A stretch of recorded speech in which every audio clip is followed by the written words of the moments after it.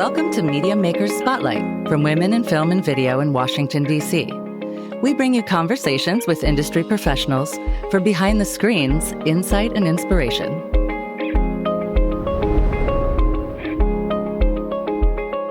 Hello and welcome to Media Maker Spotlight.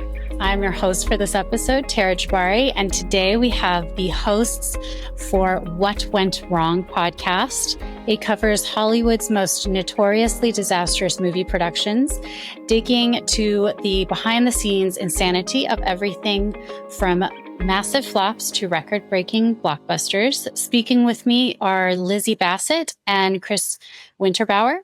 Lizzie, when she's not researching why James Cameron punched his safety driver in the face, she's working as a senior producer at Wondery. And Chris is from Seattle, Washington. He studied economics at Stanford, worked in corporate finance for Intel, then threw it all away to go to film school. His thesis film, Worm, played at Sundance in 2018. His debut feature, also called Worm, featured at Fantastic Fest in 2019 and is now available on Hulu. He directed the 2022 film Moonshot and is currently writing The Mole People for Universal under their Universal Monsters banner. And he also has a moderately successful podcast, which I would say is very successful. Wow. Chris, you put me to shame with your bio. Didn't know it would be read verbatim, but that's good. I stand by it. I appreciate it. Thank you for having us. It was a real biopic there.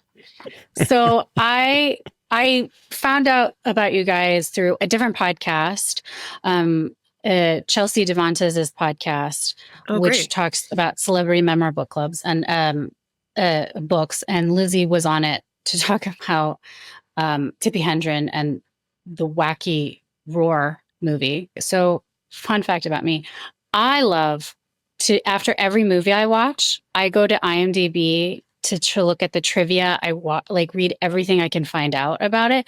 And I was like, what is this podcast? Why didn't I ever think of this? And it's like my go-to, it's my favorite thing ever. Oh, thank you. So it was so exciting. And I have been binge listening since I found out not too long ago. And so my first question, Media Maker Spotlight, is about screen-based media and people who work in screen-based media. We talk to all the different facets of it: location managers, actors, editors, music composers, all that stuff. And one of the things that we're starting to do is talk to podcasters that do concentrate on screen-based media as well. But you both have been involved behind the scenes as well.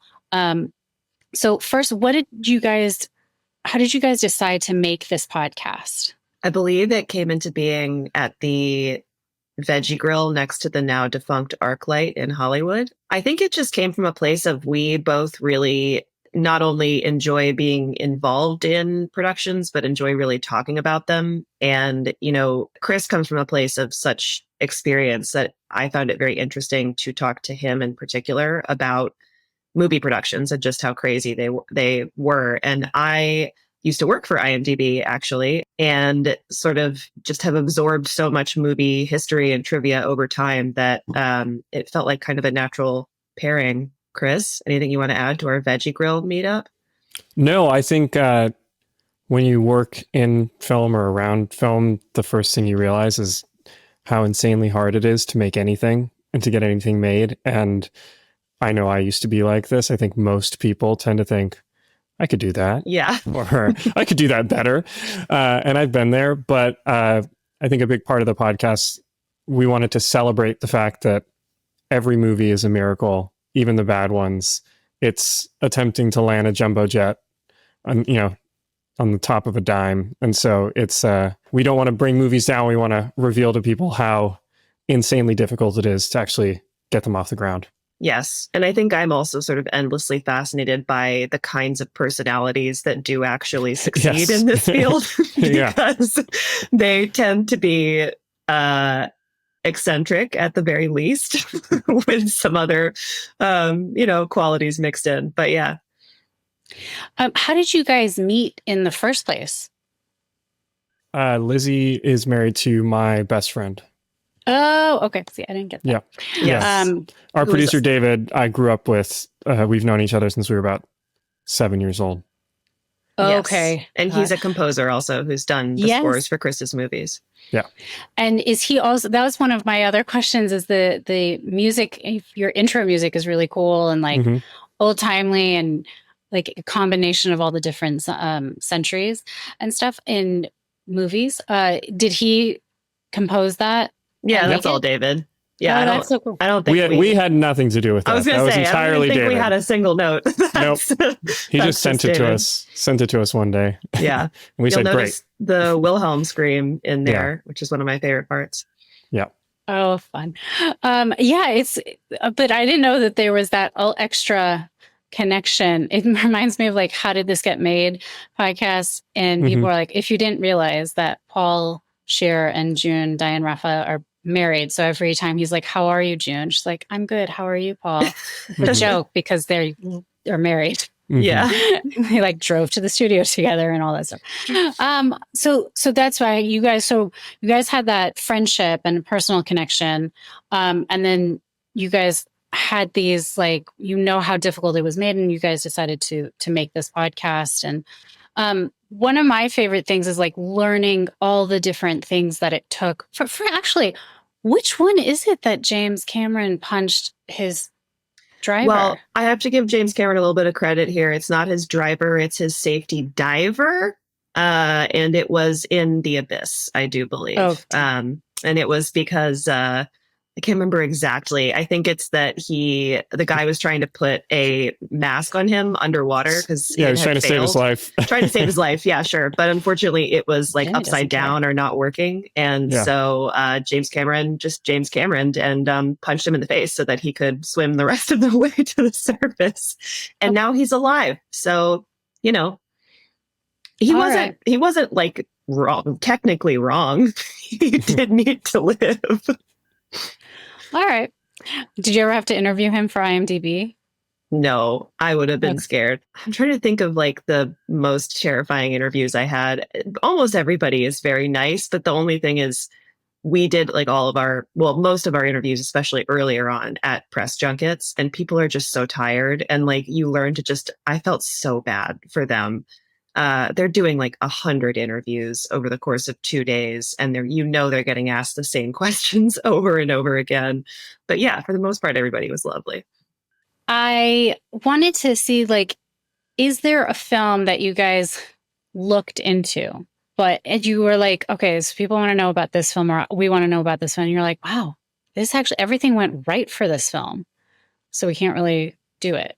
So I am now pretty much full-time in podcasting, and this sort of format, which I have sort of been referring to as like unscripted narrative storytelling, in terms of like, we're not reading off of a script, but we are very much telling a story and telling a narrative arc.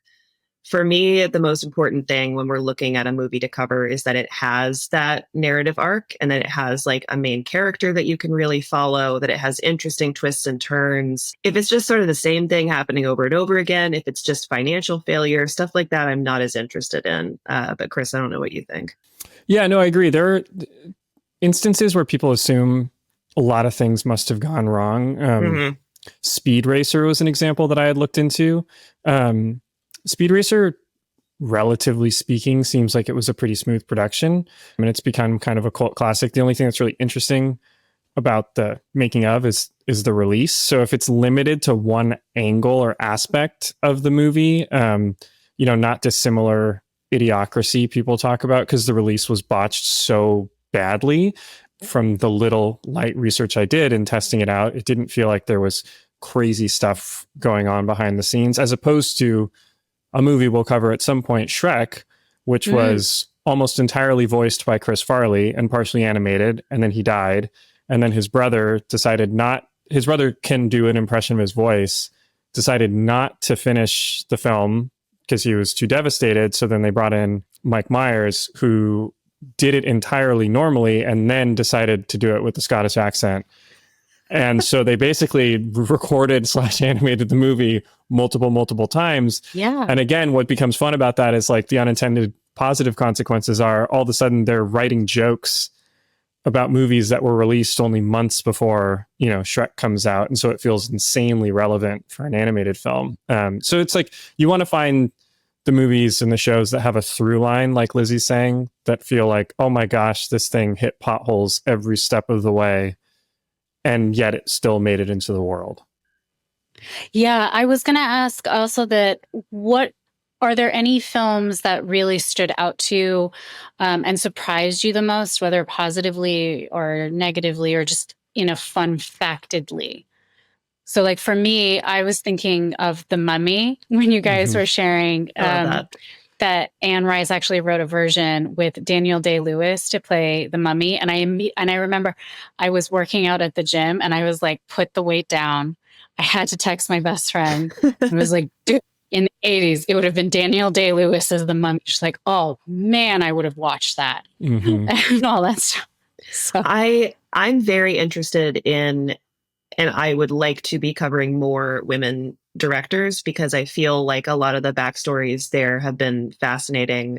Ishtar was really interesting. And also it's good. Like, it's good. I don't know. I don't understand what the backlash was on that. It's a totally funny movie. And I think maybe my favorite in that was Twilight, because I had spent, so much of my early 20s with my college roommates just laughing at Twilight, slowly realizing that we all kind of loved it. And it went from sort of an ironic love of it to a very sincere love. And I think that was like deepened and solidified by the episode that we did on Twilight, because I just came to appreciate Catherine Hardwicke so much more. And that's what I love about the stories that we're telling is like, I watched Twilight when I was like 19, 20 years old. And I was like, this is the stupidest thing I've ever seen. It looks terrible. Why is it green? Why is everything a Dutch angle?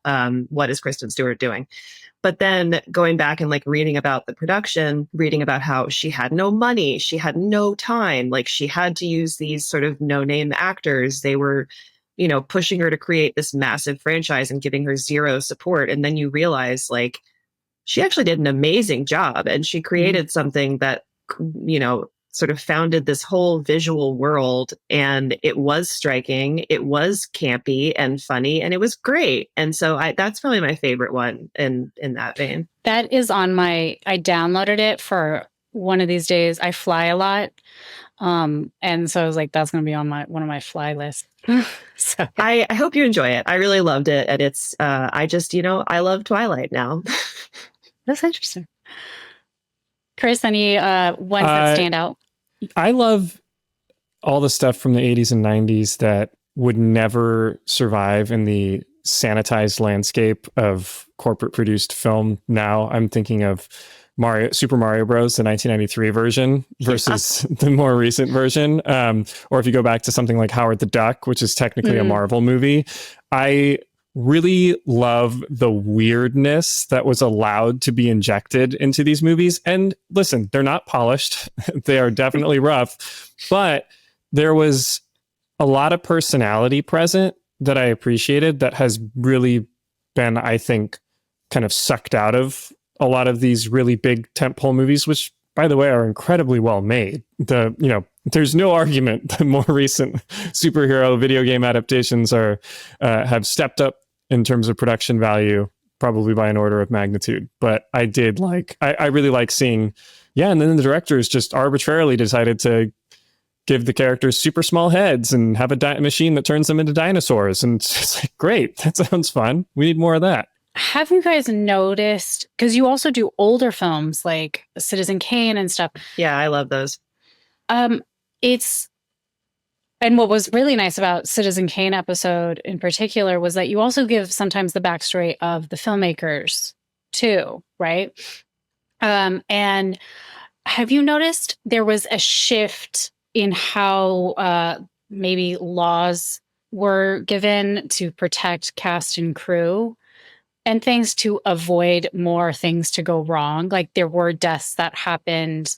I know that there's not a death on the set, but for the Poltergeist and stuff like that. But I'm thinking, I don't remember if you guys did Twilight Zone. Yes, we did. You did? Okay, so then I haven't listened to it yet. But it's one of those that there was a death that happened on that. But all those things that like children didn't have a lot of laws to protect child labor laws and things like that. As you guys are doing these research and stuff like that, and you're seeing like, oh, well, if this was made back in the 30s, this would have been completely a disaster or something like that. It's not the progress you would hope for in a lot of senses. I think that you could argue that folks are less economically taken advantage of in certain situations with the dissolution of this, the kind of vertical integration of the studio system and actors being on rosters and having exclusive contracts. You could argue that we're getting into the same sort of thing now with the way that actors have production companies that are set up with exclusive deals at a different streamer or a studio. And then the way that income inequality has hit the industry, kind of bifurcating the people that make a ton and the people who don't make very much. I think you still see plenty of issues with safety. Obviously, Twilight Zone, 3 deaths on that film. And then more recently, something like Rust, Helena Hutchins was killed. I think that the issue is that film will always be, it doesn't make economic sense. Like making a movie is inherently taking a turn at the craps table. Is maybe a good volume business. It's a bad individual business. And so there will always be pressure to cut time and save money. And the only way to cut time is either to cut story, which people don't want to do, or cut corners. And so there continue to be accidents. There continue to be stunt people badly wounded. A big issue that was talked about a few years ago, but hasn't been brought up again since, has been the lack of sleep because of what's called turnaround. So that's obviously the amount of time between when you wrap on one day and you return to set the next morning. That's been helped a little bit because actors have minimum turnaround times that they can enforce. And actually, there have been good examples. I think Bob Odenkirk's one of them recently, who basically said, like, I am enforcing my turnaround, not for me, but to make sure that like the electricians aren't driving on 4 hours of sleep tomorrow. And there have been a lot of deaths of people falling asleep behind the wheel on their way home from set.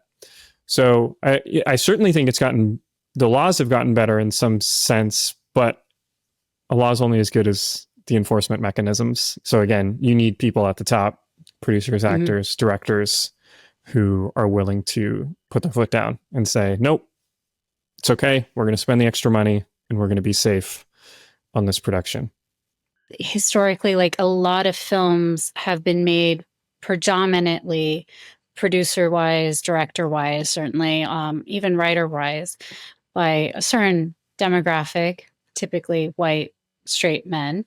And I know you guys have done a little bit outside of that. Are you hoping to do more and see, because I'm curious to see if you start to notice a difference on how a set or how production, pre-production and post happened and how it went about, what went right, what went wrong, all that kind of stuff. Yeah, 100%. I mean, that's definitely a goal for this next season, is to cover more films that are written and directed by women and people of color. As you said, like, unfortunately, there are not as many sort of big recognizable ones, which is a huge problem. But in terms of, is there a difference? I think there's certainly a difference in the way that those people are listened to and treated by the production companies and studios that have funded their movies versus the, straight white men who you mentioned. But yeah, I mean, it's important to dig into, like, that's part of the reason I really enjoyed the episode on Twilight and learning about Catherine Hardwicke, because she got totally screwed.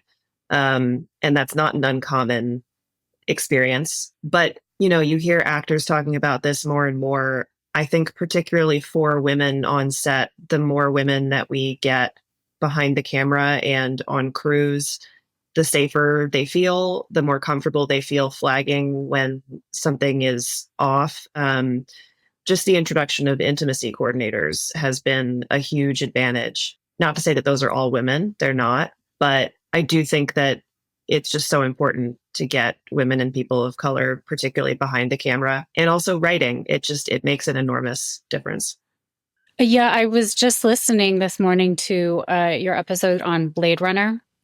And I had to write it for a sci-fi class, and I didn't like it And everyone was like, well, which version did you watch? And I was like, I don't know, guys. I don't. I was like, my biggest thing is that LA drivers were fine with it raining so much. You guys freak out when there's a cloud in the sky.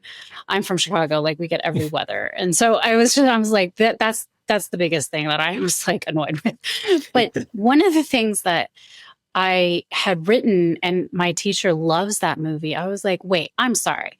If people are saying Rocky is a rapist, then what the hell do you call Harrison Ford's character? And he was like, what are you talking about? And so listening to, and if people haven't seen the movie, there is a sex scene in Blade Runner, and you guys kind of touch it briefly on it. And the interview that was conducted by the actress who was in the scene with Harrison Ford, and it just sounded very technical by two men, the director and her male co-star. And she was this young actress and came off it was very technical for them. But when you watch it as a woman, I was like, oh my God, he's forcing her.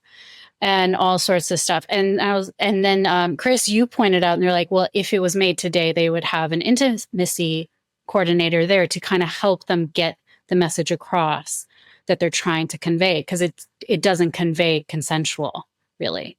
And that's like one example and they're like, well, if you had more voices or, background people there that, a female producer or, like an intimacy coordinator be like, that other audience members might not be able to quite understand what you're trying to say here. That's the thing, is I think there's an idea that additional voices or additional even safety precautions sort of like water down the story or water down the experience. It's in practice, that's one of the biggest things we've seen. It's not true. It ends up making a better product because, to your point, it helps more people understand what they're watching. And to your point about Blade Runner, I felt the exact same way when I was watching that. I was like, ugh, is this supposed to be hot, or what is this? And rethinking it, it's like, yeah, that maybe could have been better if they had A, consulted her, and B, consulted an intimacy coordinator, because I don't think they necessarily intended that to come across as rapey and an aggressive thing, but it does. So yeah, I would just say more voices or prioritizing different kinds of voices does not make a worse product. Yeah, and I think you can see it if you look at going to on the race side of things. Mm-hmm. When we covered Do the Right Thing, not much really went wrong from a production standpoint on that movie, certainly not by our standards. What was interesting and what I find so compelling about that story is every step of the way, Spike Lee trying to convince white people that, no, there's an audience for this movie. It's not going to incite riots, and people are ready to have this conversation, and it's interesting. And he was obviously right. And what's interesting is that movie also has a scene that should have had an intimacy coordinator. So that, that's right. Cuts across. You guys talk about that, yes. Yeah. The way that I've really come to think about it as I look at these, movies that get made, I think there is a risk element that cuts in two different directions. I'm not saying this is a good thing, but it's, I think, a driving factor. One, everybody that's at the very top looks a particular way, and they're taking an incredible financial risk. And so they say, I think on two axes, they say, one, well, a lot of white guys have made movies before, so I'll hire another white guy to make a movie, because they assume past performance will, dictate future performance. And then they also say, I would imagine, well, I'm smart and this guy looks like me and he seems smart, so maybe we'll be smart together. And that also prevents people from coming in. But I think that's one element of movie making that's talked about a lot and needs to be improved upon. But I think the other risk element that's not spoken about is the fact that it takes an incredible amount of risk from the filmmaker to make a movie, or even to get themselves in a position where a movie is able to be made. And so, yes, absolutely, there needs to be a top-down effort to be more inclusive, but there also needs to be a better bottoms-up effort to mitigate risks for up-and-coming filmmakers, so that you don't have to mortgage your entire life with no safety net to try to get your first feature film made. Because candidly, I could go to film school and I would be okay if it didn't work out. Mhm. That's not true for 90% of people in the world. And so we need to have a better system to bring people up from the bottom, be it like apprenticeship, etc. Spike Lee's obviously a prodigious talent who was able to finance some of his stuff through commercial work, but also like he had to take incredible risks, and it still took him, a while to overcome certain obstacles to get to where he needed to be. So I just wanted to just point out that element too. It's easy to be like, oh yeah, this director's a risk taker. And it's like, yeah, also like he'll be fine if it doesn't work out. So it's a little easier to say, I'm going to take a big swing on this project. Yes. Or to say, I'm going to dedicate my life and career to this industry, even though I'm not making any income. Like most people can't do that. Yes. I also have a theory about the reason why it has been slightly harder to find movies that are directed by women and people of color to cover for this podcast, which is that they're maybe a little more buttoned up in some ways because of that risk that Chris is talking about. They are a bit less likely to take these big risks or big swings, sometimes not creatively, but in terms of flying by the seat of their pants, I think that is not afforded to them in the same way that it can be to other people. So, I'm sure we'll find them. But, as far as I can tell, they're doing a good job. Yeah. I don't know if I'm going to be spoiling things, but like I'm thinking of like Steve McQueen, the director for like 12 Years a Slave, and then Patty Jenkins. Thank you. Jenkins. She proved everyone yes. they were like, you could make a profit in a superhero movie. Oh, and even go back like 20 years, like John Singleton, Boys in the Hood, Antoine Fuqua, Training Day, etc. Like they're wonderful. We're going to expand more, and we need to do a better job. We're not trying to make an excuse, but like you've said, there's a lot of people that they've proven, you know what I mean? They did a good job. Like we can do this. Would you ever do foreign films? Yeah, we have not covered much. We covered some stuff with foreign financing. Because I'm thinking of Bong Joon-ho. Parasite? Yes, Parasite, but also because the Asian market is growing. We had everywhere. That one, all at once. Everything, everywhere, all at once. Yeah. And all sorts of, but and this year most recently, which is I think it's called Private Lives. Past Lives. Thank you. Past Lives.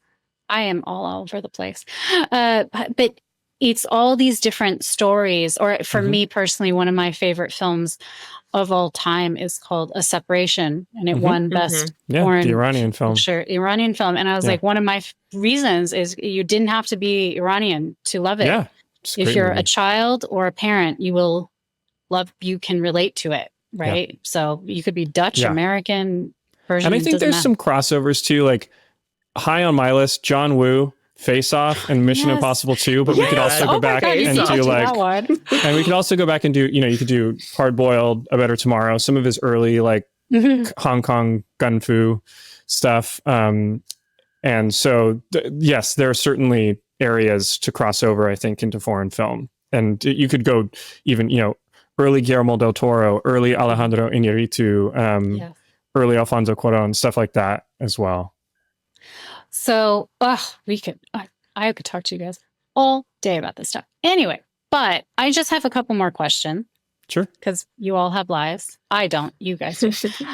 How much has your personal journeys and experiences in the industry shaped your thoughts as you watch any of these films and as you continue to do this podcast? And then how, since you've been doing these podcasts, how has it shaped your personal, professional lives? I'll go first because mine's probably quicker than Chris's, just because I am not actively making movies. I went to acting school in college thinking that that's what I wanted to do, and very quickly realized that the lack of control that actors are afforded in their own careers was not something that I was comfortable with. You have to be really sure of yourself. You have to be really talented, and you have to be willing to take major risks in that career because so much is just not up to you. and it's up to chance. And that was not for me. And I think the more that I learn from this podcast, the more grateful I am, to be honest, that I didn't pursue that, because I think it takes a very particular and very sort of extraordinary kind of person who actually is good at that and will be a successful actor. And I ended up going into sort of digital media, just kind of whatever I could do where I would be writing and producing. And I found my way to podcasts through that and through this. And I've found that audio storytelling is something that I'm really, really passionate about. So I think that this podcast has changed the way that I look at pretty much everything, because it gives me so much respect for the people who make my favorite movies, people who are in my favorite movies. It also allows me to practice the skills that I want to use moving forward in the podcast industry. And yeah, just gives me a lot of respect for people who are willing to try things. And that's my favorite part, I think. Yeah, I would say even when I watch something I don't like, Mm-hmm. I can tell you 25 things that are impossibly hard that they pulled off. Really, truly. It could be anything. It could be Tommy Wiseau's The Room. And I could be like, you guys don't understand.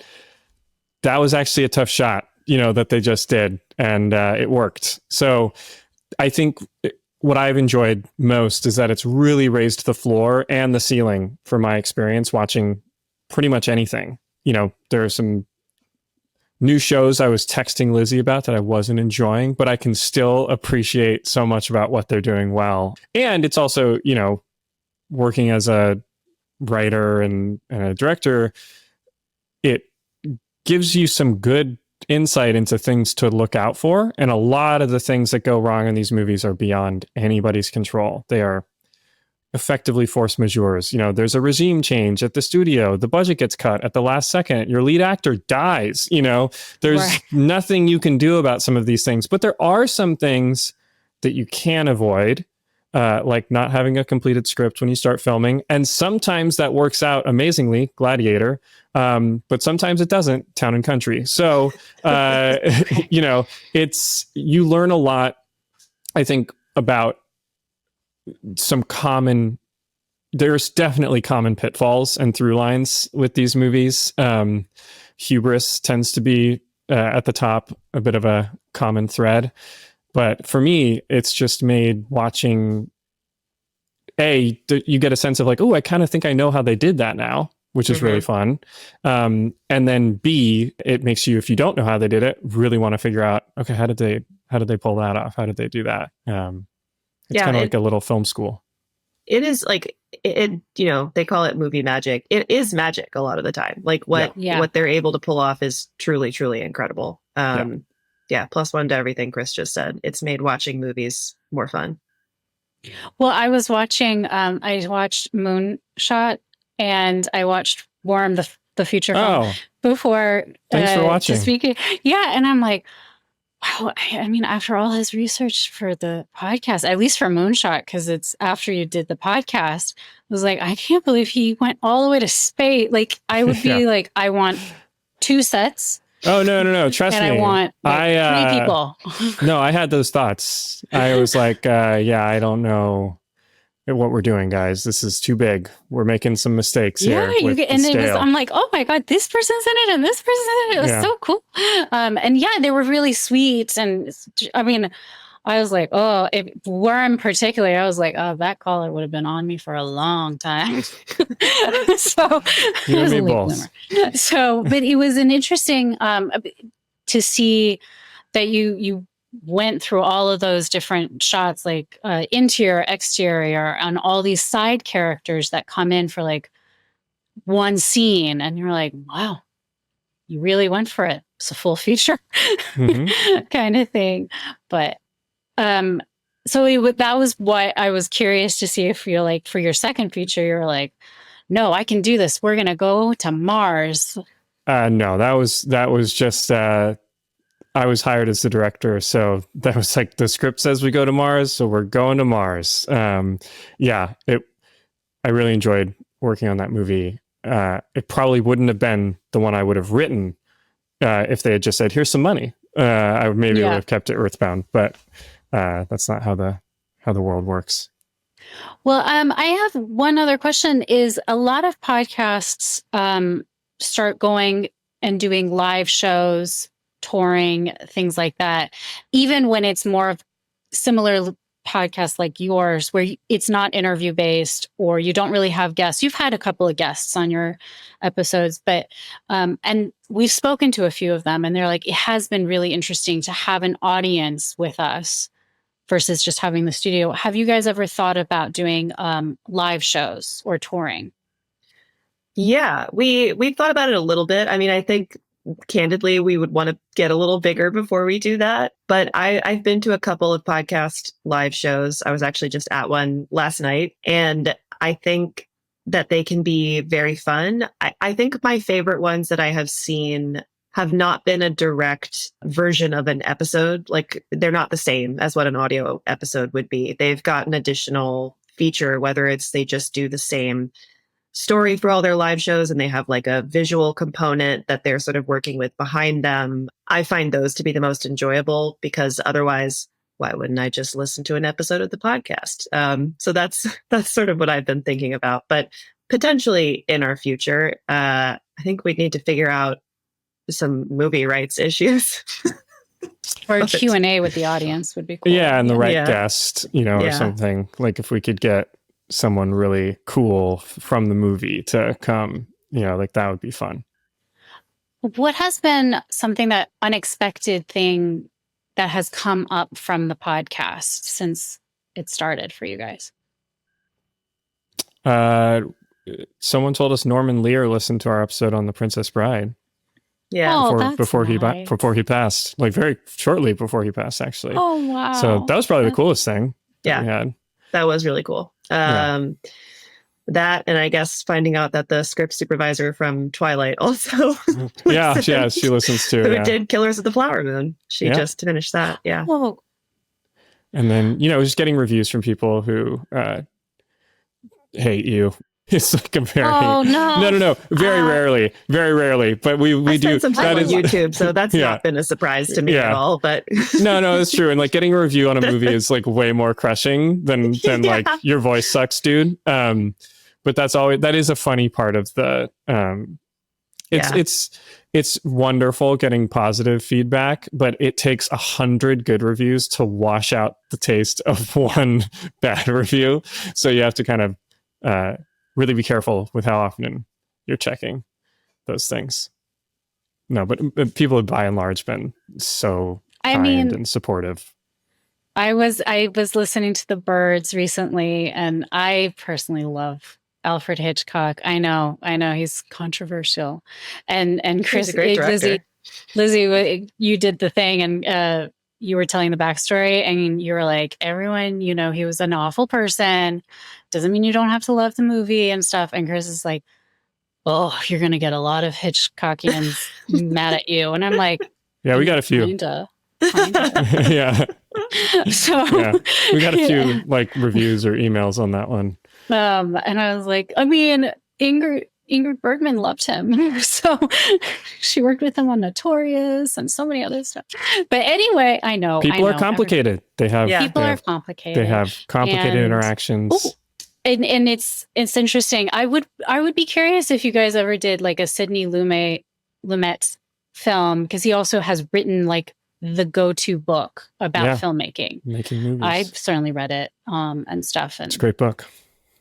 Yeah, if you read that book, you also realize like how smooth his productions are. I think it's like part of the issue. I think Murder on the Orient Express that he's talking about on that one, where they pull off the train shot at the last minute. They like had 2 hours to, shoot this one shot. I would love to cover a Sidney Lumet movie. I mean, he's an incredible director. The good thing about him is he was a deeply decent director. He was very humane, wrapped on time, didn't overwork people.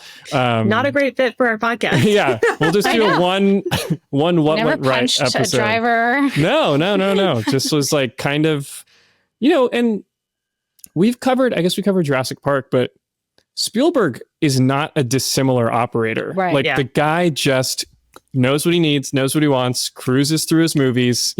We'll cover more of his stuff just because he takes on such Herculean tasks. And it's changed cinema so many times. Yeah. But Jurassic Park really was more about the process of bringing that technology to the screen and that script, etc. But I mean, they wrapped with time to spare. Same with Raiders of the Lost Ark. I mean, finished ahead of schedule on that movie. So, well, thank you guys. Is there anything you want to add that we haven't discussed yet? No, please listen to our podcast. If there's something you want to hear us cover, reach out to us. We do respond to Instagram DMs and emails. So just stay in touch and check out what went wrong. Thanks for listening to Media Maker Spotlight from Women in Film and Video. To learn more about WIF, visit F as in Frank, V as in Victor.org. This podcast is created by Sandra Abrams, Candace Block, Brandon Ferry, Tara Jabbari, and Jerry Reinhardt, and edited by Michelle Kim and Inez Perez, with audio production and mix by Steve Lack Audio. Subscribe to continue learning from more amazing media makers. Please visit MediaMakerSpotlight.com for more information.